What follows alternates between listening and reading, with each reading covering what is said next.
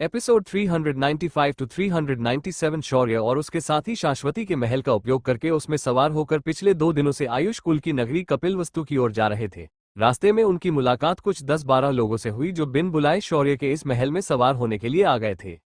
शौर्य ने भी कुटिल चाल चलते हुए उन सभी को अंदर बुला लिया।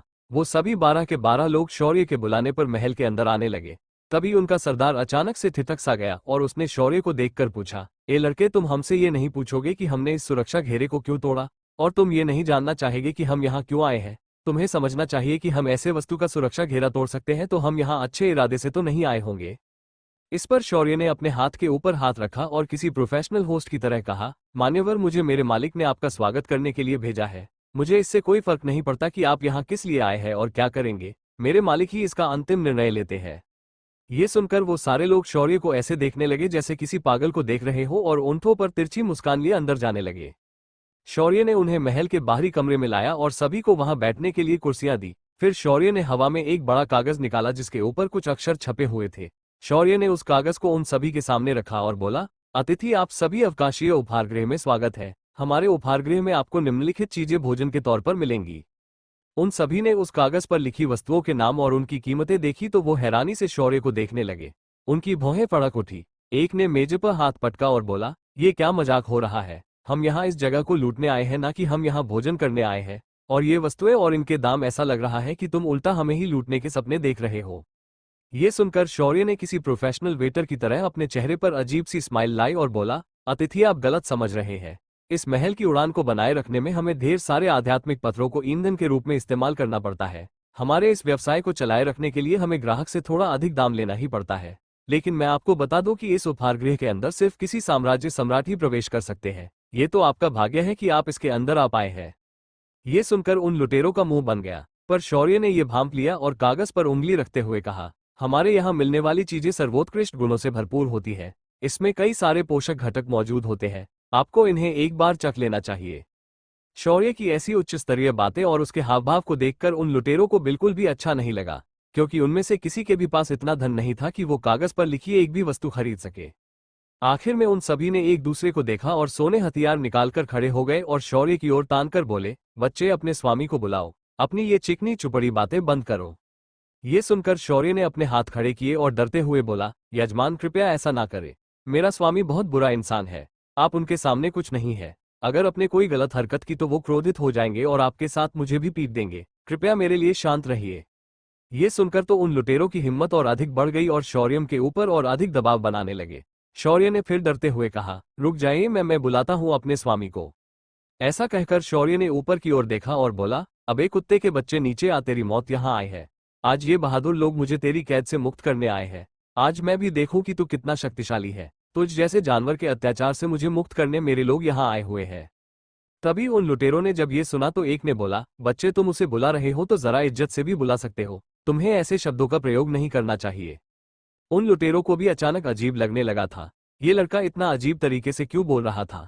ऊपर से वो ऐसा बोलकर अपनी मौत और उनकी मौत को जल्दी नहीं बुला रहा था। तभी ऊपर सीढ़ियों के पास सभी ने 3 साए देखे। बीच का साया काफी अजीब लग रहा था। सबसे बीच में शेरा खड़ा था, पर उसकी अकड़ आज किसी शेर से कम नहीं लग रही थी। उसके एक बगल में शाश्वती खड़ी थी तो दूसरी बगल में इंदुजा थी। इन तीनों के पीछे रेवा और समर खड़े थे। शेरा ने ऊपर से उन लुटेरों को देखा और फिर मुंह से थोड़ी भरी आवाज निकालते हुए बोला, क्यों बे, तुझे मारने की इतनी जल्दी है क्या, जो तू आज मेरी जगह खुद ऐसे भोग रहा है? तो ये झींगुर लोग तेरे को छुड़ाने यहाँ आए हैं। हम इन्हें देखकर ऐसा लग रहा है कि ये जन्मों के भीख है और आज यहाँ भीख मांगने आए हैं और तू इनके दम पर अपन को चुनौती दे रहा है। ये सुनकर लुटेरे कुछ बोलते शौर्य ने चिल्लाते हुए लुटेरों के सरदार का हाथ पकड़ा और उठाकर बोला, ये हमारे सरदार है, इन्हें हल्के में लेने की सोचना भी मत। वो एक अर्धदैवीय स्तर के योद्धा है। भले आज वो किसी भिखारी की तरह यहाँ आए हैं और हमारे बाकी के साथी भले उनकी शक्लें किसी भी जानवर से थोड़ी बेहतर है, पर वो सब गए गुजरे लुटेरे हैं। अगर तुझमें हिम्मत है तो इन्हें पीट कर दिखा, तब मैं मानूं। ये सुनकर लुटेरे शौर्य को घूरकर देखने लगे। सरदार ने अपना हाथ उसके हाथ से छुड़ाया और बोला, तुम हमारी स्तुति कर रहे हो या निंदा? और हम क्यों तुम्हारी मदद करेंगे? तुमने अपने मालिक को छेड़ा है, तुम देखो, हम तो भोजन करने आए थे। सरदार को ऐसे पलटते देखकर शौर्य बोला, अरे आप इस कुत्ते से क्यों डर रहे हो? उस पर सरदार ने शाश्वती की ओर इशारा किया और धीरे से दबी आवाज में शौर्य के कान बोला, अबे साले, मैं कुत्ते से कब से डरने लगा? वो तो हम उस बला से डरे हुए हैं जो कुत्ते के बगल में खड़ी है। बस हम यहाँ खाना खाने आए थे, हम खाना खाकर निकल जाएंगे। तू और तेरा स्वामी अपना हिसाब कर लो। ऐसा कहकर उसने अपने साथियों को इशारा किया और वो लोग वापस टेबल पर जाकर बैठ गए। ये देख शौर्य ने शेरा को आंख मारी। शेरा ने अपने पीछे देखा और बोला, सेवक जाओ, जाकर मेहमानों को हमारा सबसे उत्कृष्ट भोजन लाकर दो जो हम सिर्फ सम्राट को देते हैं और इस धोखेबाज को।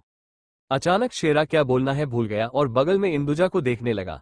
इंदुजा ने हड़बड़ाते हुए बात को संभाल लिया और बोली, आप चिंता ना करें स्वामी, इसे मैं देख लेती हूँ। शौर्य ने डरने का नाटक किया और लुटेरों के पीछे जाकर खड़ा होकर बोला, आप लुटेरे हैं लुटेरे, आप ऐसे कैसे डर सकते हैं? आपको इन्हें लूटना है, आप ऐसे पीछे नहीं हट सकते। सरदार ने शौर्य को गुस्से से देखा और बोला, नहीं, हमारी इच्छा लूटने की थी ही नहीं, हम तो बस यहाँ इस महल में खाना खाने आए थे। ये सुनकर शौर्य ने चिढ़ते हुए कहा, हमारे जहाज के सुरक्षा कवच को जबरदस्ती तोड़कर तेरा बाप आया था क्या खाना खाने? हरामखोर झूठे कहीं के, तू लुटेरों के नाम पर कलंक है। तुझे खुद को लुटेरा नहीं कहना चाहिए। तू उस कुत्ते से गया गुजरा है जो अपनी बात ठीक से नहीं बोल सकता और बीच में भूल जाता है। शौर्य की बात सुनकर लुटेरों को उस पर बहुत गुस्सा आया और उन्होंने शौर्य को खा जाने वाली नजरों से देखा, पर शौर्य उनसे डरा नहीं और उन्हें वापस घुटकर देखने लगा, मानो वो कह रहा हो, देख क्या रहे हो बेनामर्दों। लुटेरे की सब्र का बांध टूट गया और उसने शौर्य पर हमला कर दिया। शौर्य ने चालाकी से खुद को उस हमले से बचाया और वहां से भागने लगा। वो लुटेरा भी शौर्य के पीछे दौड़ने लगा।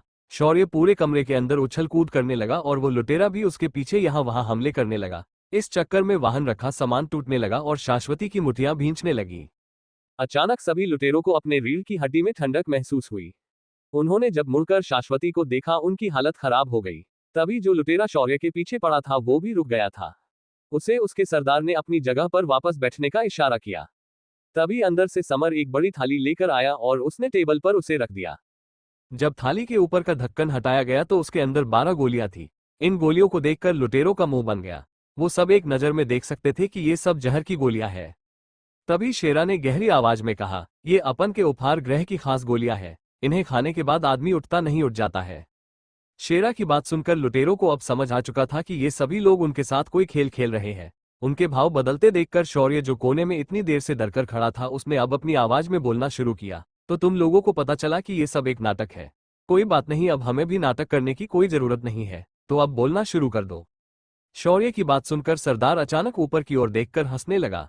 उसने फिर टेबल पर हाथ मारा और बोला, क्या बात है बच्चे, तुमने हमें लगभग बेवकूफ बना दिया था और हमने भी तुम्हें लगभग बेवकूफ बना दिया था।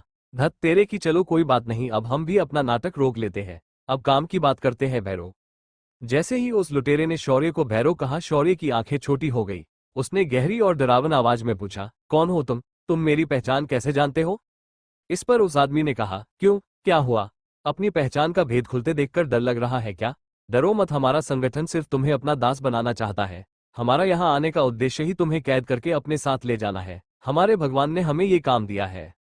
ये सुनकर शौर्य के हाथ में चंद्रहास प्रकट हो गई और उसने तीखी नजरों से उन्हें देखना शुरू किया। उस पर वह आदमी और जोर से हंसने लगा और बोला, भैरव तुम हमारा कुछ नहीं बिगाड़ सकते, क्योंकि हम तुम्हारी सारी शक्तियां से परिचित है। और रही बात हमारे भगवान के पहचान की, तो तुम्हें बता दूं कि हमारे भगवान उन देवताओं में से एक है जिन्होंने पूर्व भैरव को भी खत्म कर दिया था। पर इस बार हम तुम्हें खत्म नहीं करना चाहते, इस वक्त हम तुम्हें जीवित चाहते हैं। पता नहीं क्यों, पर वो तुमसे कुछ करवाना चाहते हैं। ये सुनकर शौर्य का चेहरा सख्त हो गया और फिर उसने कहा, तो तुम तमस देव के भक्त हो? इस पर उस आदमी ने हंसते हुए ताली बजाई और कहा, क्या बात है भैरव, तुम तो काफी समझदार निकले। हमारे भगवान तमस देव ने तुम्हारी शक्ति को प्राप्त करने से पहले ही कैद करने के लिए कहा है। इस पर अचानक अभी तक का शौर्य के चेहरे का सख्त भाव गायब हो गया। उसने अपने दिन हाथ उठाए और एक जबरदस्त अंगड़ाई ली और बोला, ये काफी मजेदार होगा कि तुम लोग मुझे खत्म कर पाओगे। चलो फिर आजमाओ अपनी शक्तियों को। इस पर उस आदमी ने खींचते हुए कहा, भैरव तुम्हें नहीं लगता कि तुम अपनी इस छोटी सी साधना से हमें हल्के में ले रहे हो? फिर उस आदमी ने अपनी कमर में हाथ डाला और कुछ हरे रंग की गोलियों को बाहर निकाला और शौर्य की ओर उछाल दिया। अचानक वो सारी गोलियां हवा में एक के बाद एक फट गई और उनके अंदर से काले रंग की रस्सियां निर्माण हुई और उन्होंने शौर्य को जकड़ लिया। जब शौर्य ने उससे मुक्त होने की कोशिश की तो उसे एहसास हुआ कि उसकी शक्तियां बंध गई है। उसने छटपटाते हुए कहा, तुम तो काया निकले, मुझे लगा तुम मेरे साथ दो दो हाथ करोगे। इस पर उस आदमी ने कहा, मैं कोई पागल नहीं हूं जो तुम पर हमला करूंगा। अब पहले मैं तुम्हारे साथियों को ठिकाने लगा देता हूं ताकि हम तुम्हें बिना किसी रुकावट के अपने साथ ले जा सके। ऐसा कहकर उस आदमी को नजर शाश्वती पर पड़ी और वो मुस्कुराकर बोला, देवी हमें क्षमा करना, पर आपको अब मर होगा। ऐसा कहकर उसने अपनी कुल्हाड़ी से शाश्वती पर हमला कर दिया। शाश्वती ने तुरंत अपनी जगह छोड़ी और उछलकर दूसरी ओर हट गई, लेकिन उस कुल्हाड़ी की नोक शाश्वती के कंधे को छू गई। उस कुल्हाड़ी की वजह से शाश्वती का खूबसूरत कंधा जख्मी हो गया। ये देखकर शौर्य को बहुत गुस्सा आ गया, पर वो उस कैद से मुक्त नहीं हो पा रहा था। तभी उस आदमी के बाकी साथी भी तुरंत पूरे महल में चारों ओर फैल गए और कुछ ही देर में वो लोग वापस आए। इस वक्त उनके साथ समर, इंदुजा, रेवा और वो छोटी बच्ची थे, पर उसकी मां नहीं थी। ये देखकर शौर्य के मन में घबराहट दौड़ गई और उसका गुस्सा 7वें आसमान पर चला गया। पर तभी पीछे से एक आदमी एक औरत को बालों से पकड़कर घसीटते हुए लेकर आ रहा था। उसने उस बच्ची की मां को उछालकर कमरे के बीच फेंक दिया और बोला, केवट ये देखो मुझे कौन मिला। इस पर उन सभी का मुखिया मुड़कर उस तरफ देखने लगा और जब उसकी नजर उस औरत पर पड़ी उसकी आंखें बड़ी बड़ी हो गई और वो तुरंत बोला, सुबह तुम मुझे आखिर में मिल ही गई। मुझे लगा उन आयुष कुल के लोगों के कैद से तुम भागने के बाद मुझे कभी नहीं मिलोगी। ये नियति है नियति, तुम अपने इस पति से कितने दिनों तक दूर रह सकती हो। उसके बाद केवट पागलों की तरह हंसने लगा और फिर उसने सुबह के बालों को पकड़ा और उसके चेहरे पर 2 थप्पड़ खींचकर मारे। अपने जीवन में पहली बार शौर्य इतना दुर्बल महसूस कर रहा था। उसकी आंखें क्रोधाग्नि से लाल हो गई थी। उसका शरीर गुस्से से तपने लगा था। वहीं उसके सारे साथी जमीन पर घायल होकर पड़े थे। शाश्वती भी अभी अभी मिले घाव से अपने दर्द को छुपाते हुए बोली, तुम बस कुछ कायरों की टोली हो, अगर मर्द होते तो मेरे पति को मुक्त करके उसके साथ अपनी ताकत को आजमा लेते। ऐसा कहते हुए शाश्वती ने अपनी मुट्ठी बंद की और रोशनी के एक गोले को उस आदमी की तरफ उछाल दिया। उस आदमी ने अपनी कुल्हाड़ी को हाथ उठाकर उस गोले के सामने लाया। दोनों का जबरदस्त टकराव हुआ और वो कुल्हाड़ी उस आदमी के हाथ में वापस चली गई। लेकिन रोशनी का गोला जो उस कुल्हाड़ी से टकराया था उड़कर वापस जाकर शाश्वती को लग गया, जिस वजह से शाश्वती घायल होकर वहीं बेहोश हो गई। उस आदमी ने फिर अपने साथियों को देखा और कहा, इन सभी को एक साथ बांधकर बीच में रखो, आज हम इन्हें हमारे भगवान को प्रसन्न करने के लिए इनकी चिता की होली जलाएंगे। क्या ये तमस देव के भक्त शौर्य के साथियों की सच में होली जलाएंगे? क्या शौर्य अपने साथियों को इनके चंगुल से बचा पाएगा? ये शेरा इस वक्त अचानक कहा गया है। शौर्य और उसके साथी कपिलवस्तु की तरफ निकल गए थे, पर रास्ते में ही उनके महल में कुछ लुटेरे घुसपैठ कर देते हैं। शुरुआत में जो लोग शौर्य को सिर्फ लुटेरे लग रहे थे, ये असल में भैरव के दुश्मन तमस देव के भक्त होते हैं। उन लोगों ने शौर्य को एक झटके में चमत्कारिक बेलों में बांध दिया और उसके साथियों को घायल करके उन सभी को खत्म करने के लिए उन्हें एकत्रित लाने की शुरुआत कर दी। तभी शौर्य जो इसका उन चमत्कारिक बेलों में फंसा हुआ था, बाहर निकलने के बारे में सोच रहा था। तभी उसके दिमाग में सिस्टम की गुस्से भरी एवं आए, मुझे शर्म आती है तुम पर कि तुम मेरे स्वामी हो। आज तक मैंने तुम जैसा ढीले पेंच का आदमी नहीं देखा। तुम्हें पता होना चाहिए कि इस समस्या से बाहर कैसे निकलना है। सिस्टम की ऐसी बात सुनकर शौर्य ने गुस्से से कहा, अब तुम भी मेरे जख्मों पर नमक छिड़कने आए हो क्या? एक तो मेरी कोई शक्ति काम नहीं कर रही, तो बताओ मैं इस मुसीबत से कैसे बाहर निकलूं? इस पर सिस्टम ने दांत भींचते हुए कहा, खुद को इतना शातिर कहते हो तो तुम्हें पता नहीं इससे कैसे बाहर निकलना है? इस पर शौर्य की हट गई और मन ही मन चिल्लाकर बोला, ऐसे बोल रही हो जैसे मैं इस मुसीबत से चुटकी बजाकर बाहर निकल जाऊंगा।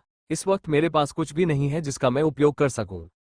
इस पर अब सिस्टम का गुस्सा और ज्यादा बढ़ गया और वो गुस्से से बोली, लगता है तुम अपने युद्ध के देवता बनने के बाद ये भूल ही गए हो कि तुम्हारे पास एक और देवता की विरासत है। क्या तुम भूल गए भगवान त्वत्सर को? तुम ये भूल गए कि तुम्हारे पास आयाम की शक्ति भी है? ये सुनकर शौर्य का मुंह खुला का खुला रह गया और उसने अपने माथे पर हाथ मारा और खुद ही से कहा, शौर्य तू इस दुनिया का सबसे बड़ा वो है, तू अपनी ही शक्तियों को कैसे भूल सकता है? तभी उस पूरे कमरे में एक खतरनाक हंसी गूंज गई। ये शौर्य की हंसी थी। उसके हाथ की चंद्रहास अचानक रोशनी में बदल गई और तुरंत शाश्वती के पास प्रकट हो गई। चंद्रहास की रोशनी से शाश्वती को अचानक होश आया। शाश्वती ने तुरंत चंद्रहास पर अपनी पकड़ मजबूत कर ली। उसे हाथ में लेते ही एक अलग शक्ति को उसने महसूस किया और उसने सबसे पहले सुबह को बालों से पकड़कर खड़े आदमी पर वार कर दिया। ये वार इतना खतरनाक था कि उस आदमी के कुछ समझने से पहले ही वो आदमी 2 हिस्सों में टूटकर बिखर गया। उसके साथ ही शाश्वती अपनी जगह से गायब हो गई और उसने पलक झपकते ही 2 और लोगों को घायल कर दिया। उन सबका मुखिया केवट ये देखकर हैरान हो गया। उसने अपनी कुल्हाड़ी को कसकर पकड़ा और शाश्वती की तरफ बढ़ गया। दोनों ने एक दूसरे पर हमला कर दिया। जब चंद्रहास केवट के कुल्हड़ से टकराई, वो कुल्हाड़ी केवट के हाथ से छुटकर उड़ गई और दीवार में धंस गई। इसी मौके का फायदा लेकर शाश्वती ने केवट के सीने पर जोरदार लात मारी और 2 रोशनी के किरणों से उसके पैरों को छेद दिया। केवट उड़कर दूर जाने लगा। तभी उसने अपनी मुट्ठी खोली और 5 से 6 गोलियां उसके हाथ से निकाली और उनसे निकलने वाली लताओं ने शाश्वती को जकड़ लिया। शाश्वती ने चंद्रहास की मदद से उन्हें काटने की कोशिश की, मगर उसका कोई फायदा नहीं हुआ। शाश्वती उसके अंदर फंस गई।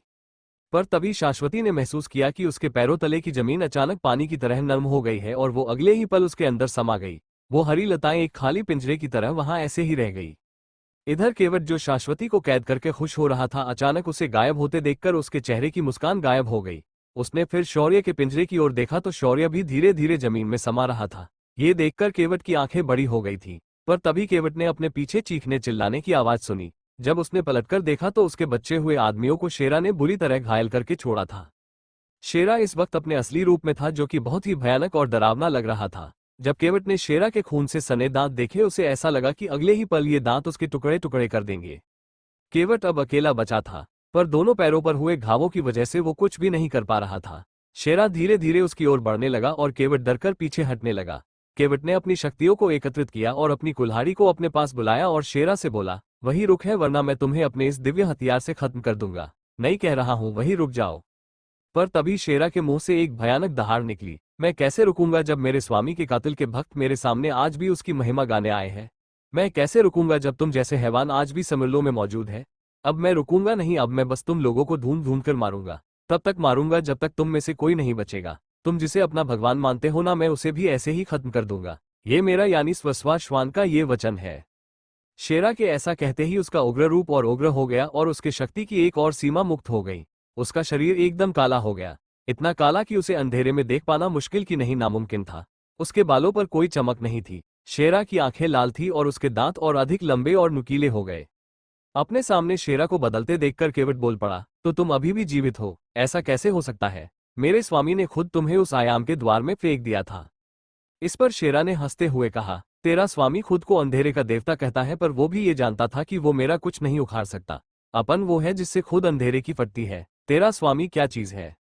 ऐसा कहकर शेरा ने अपना पंजा उठाया और केवट के सीने पर दे मारा। चरमराहट की आवाज के साथ केवट के सीने की सारी हड्डियां चूर चूर हो गई और उसके मुंह से खून बहने लगा। शेरा ने एक और बार हमला करने के लिए अपना पंजा उठाया ही था, तभी उसकी बगल में शौर्य प्रकट हो गया और फिर उसने धीरे से कहा, रुक जाओ शेरा, इसे इतनी आसान मृत्यु कभी मत देना। ये सुनकर शेरा रुक गया। वहीं केवट ने जब शौर्य को अपने सामने देखा, उसकी धड़कनें चुक गई। शौर्य ने केवट को एक नजर देखा और फिर वहां से अपने घायल साथियों के पास गया और उन सभी को कुछ जख्मों को ठीक करने वाली गोलियां खिलाई। कुछ देर में सभी ठीक हो गए। शौर्य ने उसके बाद चैन की सांस ली और फिर सभी को हाथ जोड़कर बोला, मुझे क्षमा करना, मेरी गलत के कारण आप लोगों को इस दौर से गुजरना पड़ा। शौर्य ने उसके बाद अपनी नजर केवट की ओर की और बोला, तो तुम्हारा नाम केवट है और तुम इस मासूम बच्ची के पिता और उस अभागी स्त्री के पति? इस पर केवट ने एक बार सुबह को देखा, फिर वहां खड़ी बच्ची को देखा। उसकी नजरों में आत्मग्लानि साफ दिखाई दे रही थी। शौर्य ने फिर आगे पूछा, तो तुम मुझे बताने का कष्ट करोगे कि इस दुनिया में तुम्हारे स्वामी के लिए कौन सा संगठन काम कर रहा है?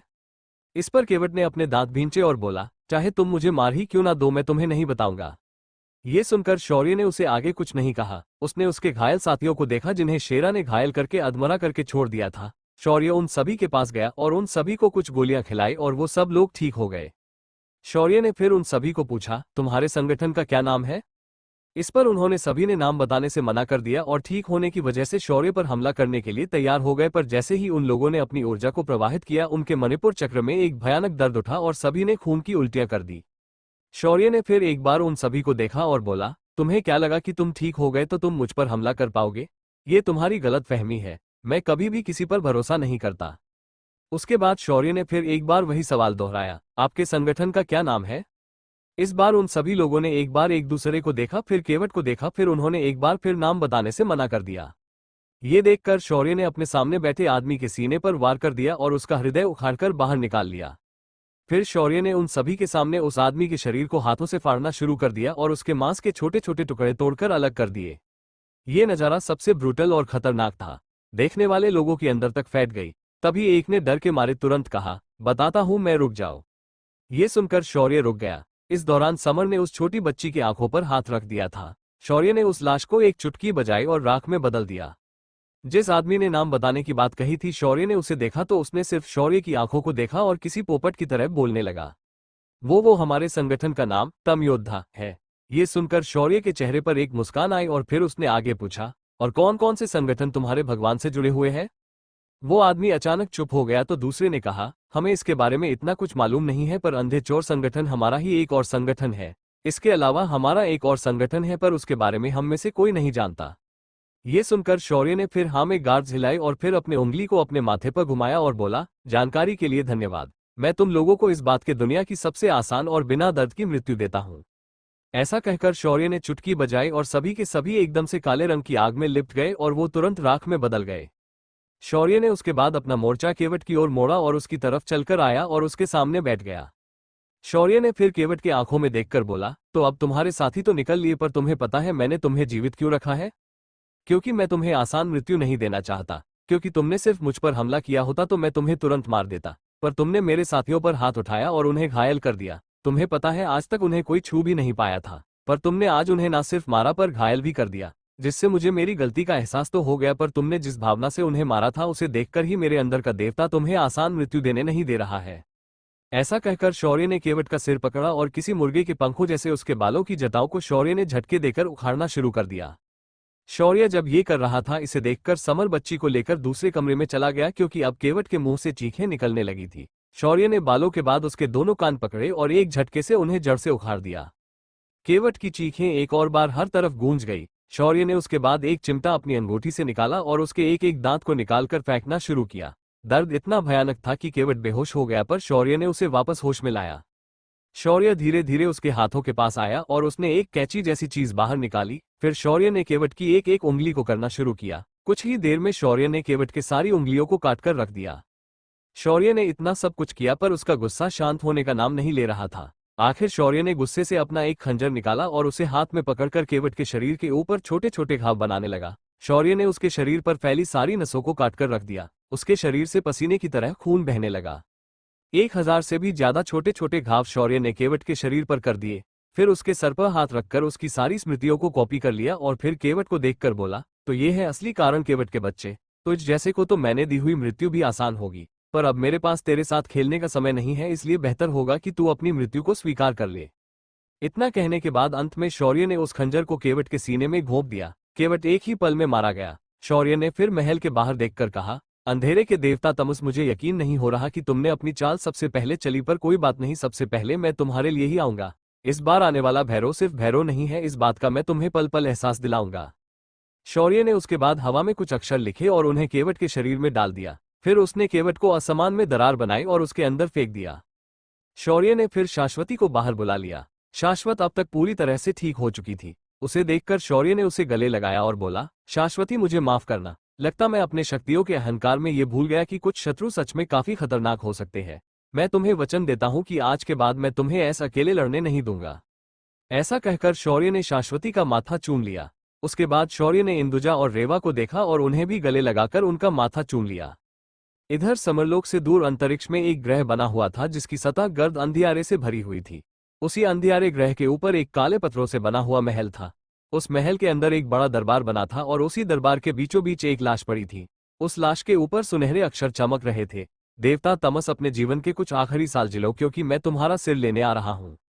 ऐसा ऐलान सुनाने के बाद वह लाश किसी गुब्बारे तरह फट गया। वहीं तमस अपनी आंखों के सामने का नजारा देखकर हैरानी से देख सकता था। क्या हुआ था आखिर तमस के महल में? क्या शौर्य तमस को कभी हरा भी पाएगा? क्या होगी तमस की प्रतिक्रिया? शौर्य ने केवट से अपना दर्दनाक प्रतिशोध ले लिया था। शौर्य उसके बाद सीधा आयुष कुल के कपिलवस्तु शहर की ओर निकल गया था। शौर्य ने केवट की स्मृति से तमस के ठिकाने का पता लगा लिया था और उसने केवट की लाश को आयाम द्वार खोलकर तमाशा के पास भेज दिया था। जब तमस ने केवट की काश पर लिखे शब्द पढ़े, उसका खून खोल गया था, पर वो कुछ समझ पाता उससे पहले ही केवट की लाश किसी गुब्बारे की तरह फट गई। शौर्य की इस हरकत से तमस पूरी तरह बौखला गया था। तमस ने अपनी मुठियों को सिंहासन पर दे मारा और दहाड़ते हुए बोला, भैरव मैं तुम्हें नहीं छोड़ूंगा। इस बार मैं तुम्हें मारूंगा नहीं, पर तड़पाऊंगा जरूर। मैं तुमसे शक्तिद्वार का मार्ग खुलवाकर रहूंगा। तुम ये मत भूलो कि तुम भैरव हो और मैं अंधेरे का देवता हूं। तमस के ऐसे ऐलान से वहां फैले अंधेरे में कपकपी दौड़ गई। आसमान में काले बादलों के बीच विद्युत सर्प नाचने लगे थे। इन सभी बातों से अनजान शौर्य सुबह और उसकी बेटी के सामने बैठा था। शौर्य ने हाथ जोड़ के सुबह से कहा, बहन मुझे क्षमा करना, पर मेरे कर्तव्य के बीच तुम्हारे सुहाग आ गया। भले वो कैसा भी हो, पर वो तुम्हारा सुहाग था जिसे मैंने छीना है। इसके लिए मुझे माफ कर देना। शौर्य की ऐसे माफी मांगता देख सुबह ने उसके हाथों को पकड़ा और कहा, आप मुझसे क्यों माफी मांग रहे हैं? अपने तो मुझे उसके कैद से मुक्त कर दिया है। वो सिर्फ नाम का मेरा पति था। उसने मुझे आयुष कुल के लोगों को बेच दिया था और उसके बदले मिली धनराशि लेकर वहां से भाग गया था। उसके लिए हम दोनों सिर्फ एक वस्तु मात्र थे। उसे अपने कर्मों की सजा एक ना एक दिन मिलनी ही थी। इसके लिए आप खुद को दोष देना छोड़ दीजिए। ये सुनकर शौर्य को थोड़ा अच्छा महसूस हुआ। जो अपराध बोध की भावना उसके मन में थी वो खत्म हो गई थी। शौर्य ने फिर माँ बेटी को आराम करने के लिए कह दिया और बाहर आ गया। बाहर आकर उसने देखा कि रेवा सोने तीव्र वायु तत्व को शौर्य ने सीखे नई साधना तकनीक से साध रही थी। उसके साथ ही उसकी साधना का स्तर भी बढ़ने लगा था। वहीं इंदुजा और शाश्वती भी अपनी अपनी साधना पर काम कर रही थी। जब शौर्य ने बाहर जाकर देखा तो आज समर अपनी तलवार को गले लगाने की बजाय आज उससे अभ्यास कर रहा था। वहीं शेरा का फिलहाल मूड खराब लग रहा था। वो अभी भी अपने क्रोध से बाहर नहीं निकला था। आज उसका शरीर पूरी तरह बदल गया था। वो पूरी तरह काला हो गया था। शौर्य ने उसके बदले रूप को देखा तो उसे मन ही मन अच्छा भी लगा, पर उसे चुप देखकर और कोई बकवास ना करते देखकर शौर्य को कुछ कमी महसूस हो रही थी। शौर्य ने उसके पास जाकर उसके पीठ पर हाथ फेरा और बोला, मैं समझ सकता हूं कि तुम्हारे मन पर क्या गुजर रही है, पर मैं तुम्हें वचन देता हूं कि तमस का अंत तुम्हारे हाथों ही करवाऊंगा। ये सुनकर शेरा को अच्छा लगा। शेरा ने शौर्य की गोद में अपनी गर्दन रखी। शौर्य इमोशनल होते हुए बोला, मेरे स्वामी ने इस तमस पर विश्वास किया था, पर उसने मेरे स्वामी के पितरों खंजर घोंप दिया। ऐसे धोखेबाज देवता का एक पल भी जीवित रहना मुझे अच्छा नहीं लगता। मैंने प्रण लिया था कि मैं उन दर्दनाक घटनाओं का तुम्हारे पास कभी भी उल्लेख नहीं करूंगा जब तक तुम भी एक देवता स्तर के साधक नहीं बन जाते, पर देखो वो घटनाएं उससे पहले ही तुम्हारे सामने आ गई। उस पर शौर्य ने शेरा की आंखों में देखा और बोला, मुझे तमस के बारे में वायुदेव ने पहले ही बता दिया था और मेरे पास उन सभी देवताओं और दानवों की जानकारी है जिन्होंने भैरव के विरुद्ध वह षड्यंत्र रचा था। प्रतिशोध तो हम लेकर रहेंगे, पर पहले कुछ प्रतिशोध हमें यहाँ पूरे करने हैं। शौर्य ने ऐसा कहकर शेरा के माथे पर हाथ फेरा और फिर वहां से बाहर की तरफ चला आया। इस वक्त उसकी नजरों के सामने 7 पहाड़ियों के घेरे में बसा एक शहर दिखाई दे रहा था। उसे देखकर उसके चेहरे पर एक कुटिल मुस्कान आई और उसने मन ही मन कहा, आयुष कुल, तुमने अपने अधिकारों का गलत उपयोग किया है और अंधेरे के देवता का पूजन करके इस भैरव को अपना दुश्मन बना लिया है। मैं तुम्हें तो बिल्कुल भी नहीं छोड़ूंगा। आज के बाद पूरा समरलोक तुम लोगों के अंत की कहानी याद रखेगा। शौर्य ने उसके बाद महल की शहर से दूर ही रोक दिया और उसे छोटा करके अपनी अंगूठी में रख दिया। शौर्य और उसके साथियों ने फिर शहर के प्रवेश द्वार पर जाने से पहले अपना भेष बदल लिया, खासकर सुभा और उसकी बेटी का। शौर्य वैसे तो यहाँ बस इन दोनों को छोड़ने आया था, पर जब सच्चाई का पता चला तो शौर्य ने अपना इरादा बदल लिया। शौर्य अब आयुष कुल को पूरी तरह नष्ट करने यहाँ आया था। उसे इस कुल का शामिल विनाश करना, तब को इन्होंने जो आम इंसानों के साथ किया है ये कोई अच्छी बात नहीं थी, और उसका ये इरादा शहर के अंदर जाने के बाद और भी मजबूत हो गया। शौर्य ने शहर के अंदर आते ही शौर्य ने सामने जो देखा उसका खून खोल गया। इस शहर में आम इंसानों को दासों की तरह इस्तेमाल किया जाता था। ये लांछनात्मक प्रथा इंसानी सभ्यता पर लगा हुआ कलंक है, जिसके बारे में शौर्य पृथ्वी पर इतिहास के पन्नों में पढ़ा था और आज इस प्रथा को अपनी आंखों के सामने देखा था। सबसे पहले शहर के अंदर आते ही शौर्य और उसके साथियों की नजर एक भयानक नजारे पर पड़ी। एक अमीर आदमी रथ के अंदर बैठा था और उस रथ को 4 घोड़े नहीं बल्कि 4 इंसानी बच्चे खींच रहे थे, जिनकी उम्र लगभग 12 से 14 साल के बीच की होगी। रथ पर वह आदमी बैठकर उन बच्चों को उसे खींचने के लिए कोड़े बरसा रहा था। ये नजारा देखकर इंदुजा का दिल दहल गया और उसने अपना हाथ उठाया और उस आदमी को उसके कोड़े सहित वहीं बर्फ में जमा दिया। उसके बाद समर ने अपनी तलवार को हवा में लहराया और उन बच्चों को रथ से अलग कर दिया। पर इतना सब कुछ करने के बाद भी वो बच्चे उन्हें धन्यवाद देने की बजाय उस आदमी के पास वापस चले गया और उसकी हालत को जांचने लगे और उसे उस बर्फ की सिली से बाहर निकालने लगे। ये देखकर शौर्य को अजीब लगा और उसने कहा, बच्चों, तुम लोग अब आजाद हो, चले जाओ यहाँ से। इस आदमी को उसके कर्मों की सजा मिली है। उस पर एक बच्चे ने गुस्से से शौर्य को देखा और बोला, तुम्हें नहीं पता कि तुमने हमारी जिंदगी आसान बनाने की बजाय कितनी मुश्किल बनाई है। तभी पीछे से सुबह की दर्द भरी आवाज आई, ये सही कह रहे हैं। इन दासों को अपने मुक्त करके उल्टा इनका जीवन और परेशानी से भर दिया है। इस शहर में अगर कोई इन्हें दयाभाव से बाहरी इंसान बचाता है तो शहर के न्यायाधिकारी और सिपाही उल्टा इन दासों को और उनके परिवारों को अमानवीय सजा सुनाते हैं। ये सुनकर शौर्य का खून खौल गया। उसने गुस्से से दांत भींचते हुए कहा, क्या साम्राज्य का सम्राट सो रहा है जो वो ऐसी प्रथा को अभी भी यहाँ चलने दे रहा है? तभी एक तंजभरी आवाज आई, बच्चे, इस शहर पर सिर्फ आयुष कुल का एक तरफा राज चलता है। यहाँ के सम्राट में भी इतना सामर्थ्य नहीं है कि वो हम आयुष कुल के लोगों के खिलाफ जा सके। शौर्य ने तभी मुड़कर देखा तो मध्यम आयु का आदमी नीले हरे रंग का चोगा पहना हुआ और गले और हाथों में ढेर सारे आभूषण पहनकर उसकी तरफ बढ़ रहा था।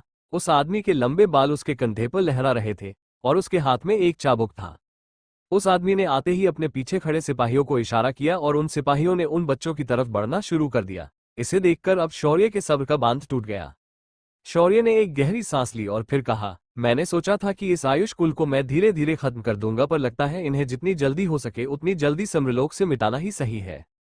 इतना कहकर शौर्य ने अपनी चंद्रहास को बाहर निकाला और अपना असली चेहरा सभी को दिखाया। उसके कमर पर बंधा अग्निकुल का निशान फड़क रहा था। शौर्य ने एक गहरी और ऊंची आवाज में कहा, आयुष कुल के कुल प्रमुख मैं शौर्य अग्निहोत्री यहाँ आयुष कुल से अपने सवालों के जवाब मांगने आया हूँ। मुझे आशा है कि आप मुझे नाराज नहीं करेंगे।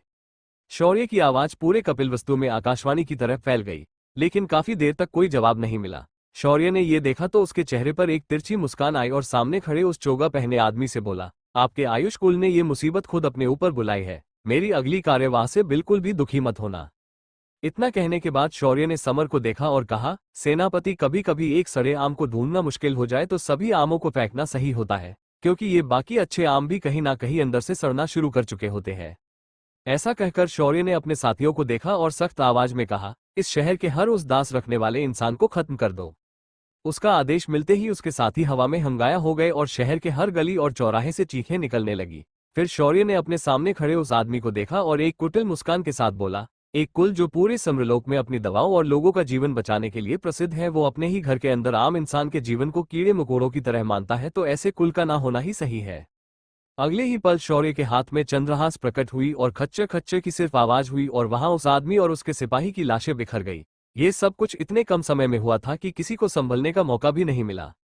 वैसे तो ये शहर इतना बड़ा नहीं था, पर यहाँ की दास रखने वाले लोगों की संख्या अच्छी खड़ी थी। कुल जनसंख्या के 25% लोग दास रखने वाले लोग थे, तो 75% जनसंख्या दास खुद थे। शौर्य के साथियों ने पूरे शहर में गर्दा मचा दिया था।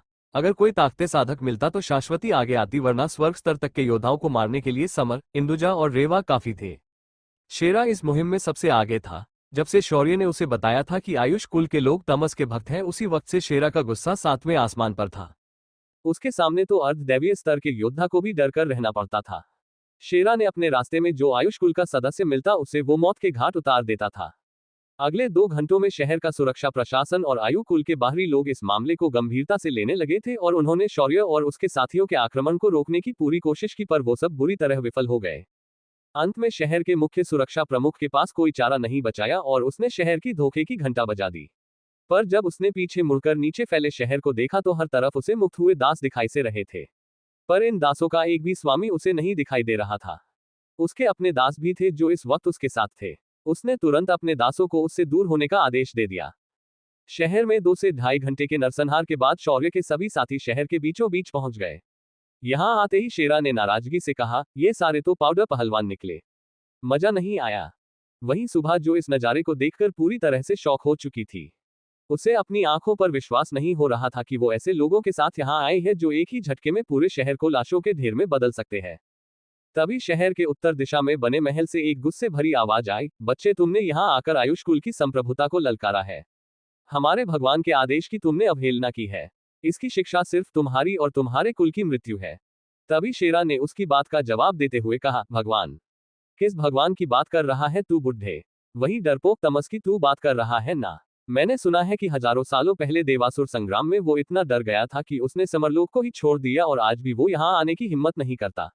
ऐसे झूठे डरपोक देवताओं के नाम की धमकी हमें मत दे। तभी वह महल कांपने लगा और उसके अंदर से एक भयानक अंधेरे की आभा बाहर निकल कर आई। हर तरफ तुरंत काला घना अंधेरा छा गया और एक काले कपड़े पहनकर एक बूढ़ा व्यक्ति बाहर आया। उसके शरीर से निकलने वाली आभा दैवीय स्तर की थी। ये एक मध्यम स्तर का देवता था। उसकी आंखें काली और अंधेरे की शक्ति से भरी हुई थी। उसके शरीर से काली आभा निकल रही थी जो हर उजाले को निगल रही थी। शौर्य ने उसे देखा और शाश्वती को देखकर बोला, क्या अंधेरे के इस शक्ति को तुम्हारी रोशनी खत्म कर सकती है? इस सवाल पर शाश्वत ने टार्च मुस्कान बिखेरी और बोली, अंधेरा चाहे कितना भी गहरा और घना हो, उसे मिटाने के लिए सिर्फ एक रोशनी की किरण ही काफी होती है। इतना कहने के बाद शाश्वती ने अपना हाथ असमा की तरफ कर दिया और उसके हाथ से एक रोशनी का छोटा गोला निकल गया। उस गोले की शक्ति बाहर आते ही हर तरफ फैला अंधेरा अपने आप सिकुड़ने लगा। ये देखकर वह बूढ़ा देवता असमान से शाश्वती की ओर देखने लगा।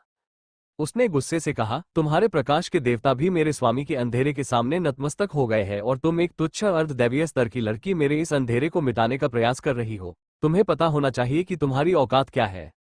उसके बाद उस आदमी ने हाथों से इशारा किया और कई सारे बूढ़े आदमी उसके पीछे से बाहर आए। उन सभी की आंखें पूरी तरह काली थी और उनके शरीर से अंधेरे के तत्व की आभा निकल रही थी। उन सभी को देखकर शौर्य ने शाश्वती को पीछे हटने का इशारा किया और खुद आसमान में उड़कर उन सभी के सामने आया। शौर्य ने फिर उन सभी को घृणा भरी नजरों से देख और बोला, तुमने अंधेरे का पूजन किया कोई बात नहीं, पर तुमने अंधेरे का पूजन करते वक्त पाप को भी जन्म दिया, ये बहुत गलत बात थी। तुमने इंसानों पर जानवरों की तरह प्रयोग किए। तुमने इंसानों को अपना दास बनाया और इस सृष्टि के संतुलन का अपमान किया। इसकी शिक्षा सिर्फ मृत्यु है, मृत्यु। क्या शौर्य अपने क्रोध में कोई गलत कदम तो नहीं उठा रहा है? क्या सच में आयुष कुल को खत्म करने के बाद सम्राट इस मामले में टांग अड़ा सकता है? क्या शौर्य कपिलवस्तु के नरसंहार के बाद सुरक्षित बाहर जा पाएगा?